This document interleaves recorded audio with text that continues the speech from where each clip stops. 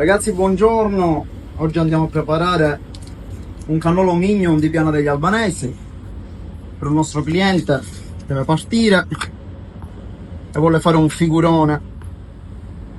Lasciando ovviamente, queste sono su ordinazioni. Quando le ordinate noi li friggiamo direttamente la mattina stessa, quindi vi portate una buccia freschissima riempita poi ovviamente a momenti.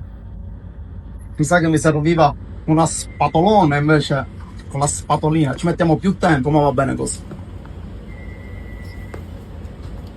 Quasi pronto. Ok, ora andiamo a decorare.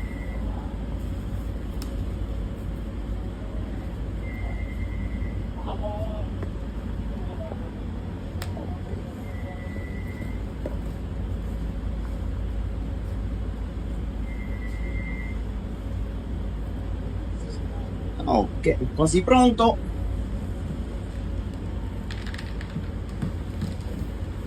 E un po' di pistacchio per finire. Ok. Sempre via Eugenio Lemiro, numero 58, le delizie di Piana. Ciao!